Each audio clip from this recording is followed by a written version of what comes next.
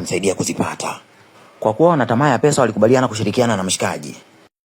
Aliwaambia kila kitu, kuwa Faima na Afande wamemuua tajiri. Akawadanganya kuwa Faima na Afande wana mamilioni ya pesa ambao wamemuibia huyu marehemu. Walimpigia simu Afande wakamwambia awape pesa, la sivyo watatoa siri zake. Faima aliporudi nyumbani alishangaa kumuona Akashi anapiga piano akiwa na mtoto wake. Alidhani mshikaji ameshatoroka kwenda London. Alishangazwa sana na ujasiri wa mshikaji kuja nyumbani kwake.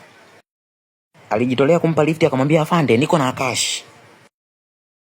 Walikubaliana kumpeleka Akashi nje ya mji kwa ajili ya kumuoa. Sasa hivi napambana kurudisha macho yangu. Hospitali wameniambia nikipata rupia 900,000 nitarekebisha macho yangu. Naomba nipe hiyo hela nikatibiwe macho, la sivyo nitafichua siri zako. Ghafla gari yao ikablokiwa kwa mbele na gari ya Mary pamoja na ule mwamba. Akashi akafunika uso wa Faima na kitambaa cha madawa ya kulevya. Marafiki zake wakatoka nje ya gari wakaja kumteka. Walimpigia simu mke wa Afande, wakamweleza ukweli wote kwamba mume wako anakuchiti na dem fulani hivi anaitwa Faima. Kufika kesho wewe umetutumia dola milioni 1, la sivyo tutaziuza hizi taarifa kwa waandishi wa habari. Rasika akamshikia bastola mume wake baada ya kujua ukweli wote. Alifyatua risasi ya kwanza, akaacha kufyatua risasi baada ya mume wake kupigiwa simu na askari mwenzie. Alipata taarifa kuwa gari ya Faima imepatikana chini ya daraja, kukiwa na viatu na wallet. Polisi waliamini kuwa Faima alijirusha kutoka juu ya daraja akajiua. Rasika alikuwa bado anampenda Afande, akapanga namna ya kumwokoa mume wake kutokana na hii skendo. Walipokuwa mafichoni, daktari alichukua damu ya Faima ajili ya kuipima kama inafaa kwa kutoa figo. Kesho yake walipanga Afande akishaleta hela kwenye lifti wanamkamata. Wakakubaliana wakishafanikiwa kuzipata hizo hela wanatorokea nje ya nchi. Kesho yake Afande alikuja na begi jekundu likiwa limejaa hela kama zote. Saku na Mary wakamsaliti Akashi, wakamfunga kwenye kiti wakamteka. Walitaka kuzifaidi pesa zote peke yao. Akashi alitekwa chumbani pamoja na Faima. Wakati wanaelekea kuchukua hela kwa Afande, Faima akaanza kumcheka Akashi kwa kutapeliwa. Unajua kuwa Afande anataka kukuua kwa sababu kwa sasa hauna msaada wote kwake. Waliamua kusaidiana kutoroka. Nesi anamletea daktari majibu ya damu ya Faima, yanamshangaza sana hayo majibu. Mwamba anakamata begi la pesa kwa kono lake la kulia na kushoto, anapigwa risasi.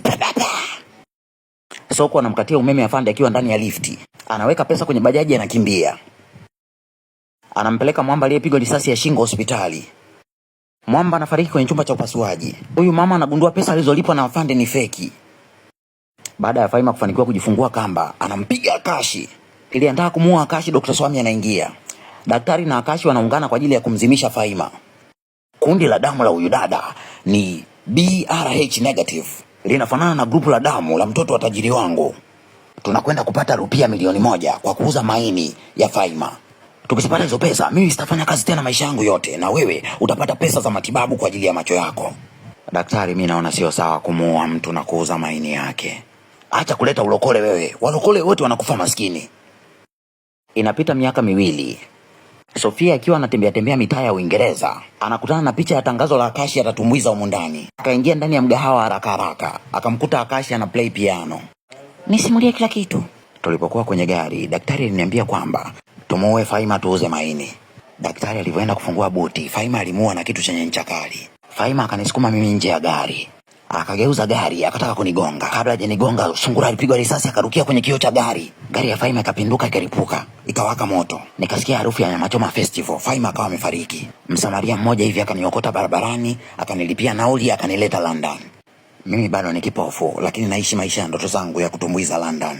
Akashi, mimi narudi India kesho. Naomba tusiache kuwasiliana please. Haina noma. Kwenye sini ya mwisho ya movie, Akashi anapiga kopo la bia kwa fimbo.